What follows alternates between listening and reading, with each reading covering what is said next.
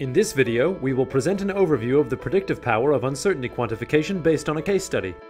A leading engine manufacturer, which we'll call Company A, was making cyclically loaded steel parts and was presented with an opportunity to switch to a cheaper manufacturing process.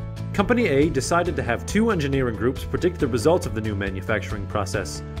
Group 1 used Company A's standard testing and simulation methods, and Group 2 added uncertainty quantification. Group 1 ran simulations and tests on the new manufacturing process. They observed an increase in the component's average strength, which meant a higher safety factor or an expected improvement in the component's reliability, so Group 1 recommended an immediate switch to the new process. Group 2 used uncertainty quantification to predict the distribution of part strengths for the new process. Group 2 discovered that the average strength of the parts would definitely increase, but the variation in strength would be much larger than anticipated by Group 1. More parts would not meet the minimum strength requirement and would fail in the field. Group 2 recommended a redesign of the process to reduce the variation.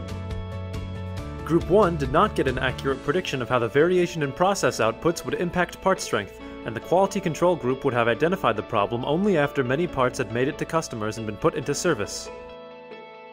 Profits would have gone up for a while as they shipped the new parts, but a few years later the parts would have begun to fail at an unexpected rate.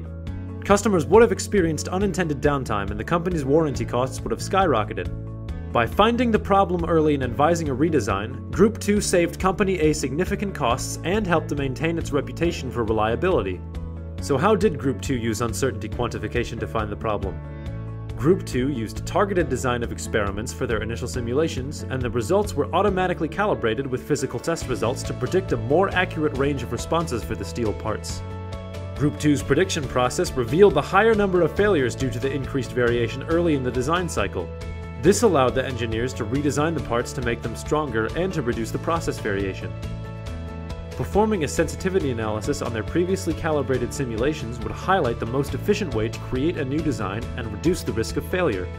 In this particular case, using dedicated uncertainty quantification software did make the design process slightly longer for Group 2, but that was offset by large savings in warranty costs, increased product uptime, and greater customer satisfaction. This was an overview of some of the many ways uncertainty quantification can enhance the simulation and testing process. To find out more, send us a message at contact@smartuq.com.